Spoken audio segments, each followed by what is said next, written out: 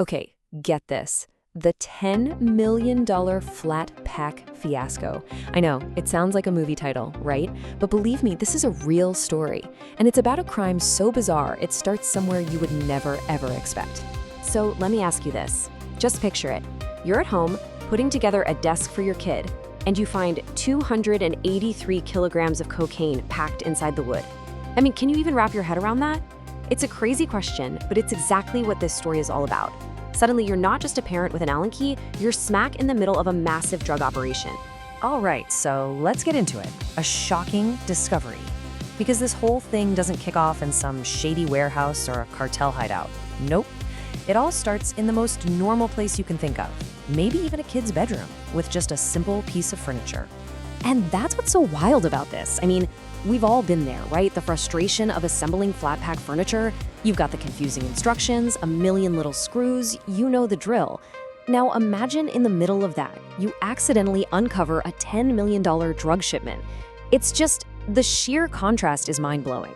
Okay, so you're probably wondering, how in the world do you hide that much contraband inside a children's desk? Well, it wasn't a simple trick. This was a really sophisticated plan, what they call deep concealment. Let's dig into how they pulled it off. So what exactly is deep concealment?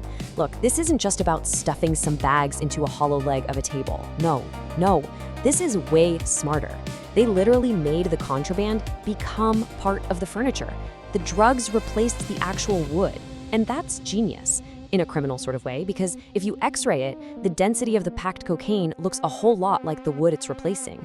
It's an incredible level of deception.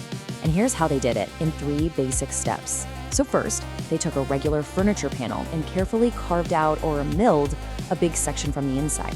Then, they took cocaine that was pressed into perfectly shaped bricks and slotted it right into that empty space. And finally, they sealed it all up so perfectly that it just looked and felt like a solid piece of wood. The amount of precision here is just wow. Then they just ship them off like any normal desk. So the plan was pretty brilliant, but it obviously didn't work, which brings us to the bust itself. And the sheer scale of what the authorities found is just staggering. 283, that's the number. Not screws, not parts. That's how many individual packages of cocaine they found carefully hidden away inside that furniture. And what does 283 packages get you? Well, it gets you $10 million. We're talking an estimated street value of $10 million. So yeah, this was no small-time gig. This was a massive investment, a huge play to open up a brand new supply line. But here's where the story takes a really weird turn. As the authorities started pulling this whole thing apart, they realized the smugglers had left behind these little clues, almost like a calling card. These weren't just generic, unmarked bricks of drugs. Nope. They were branded. They had code names stamped on them.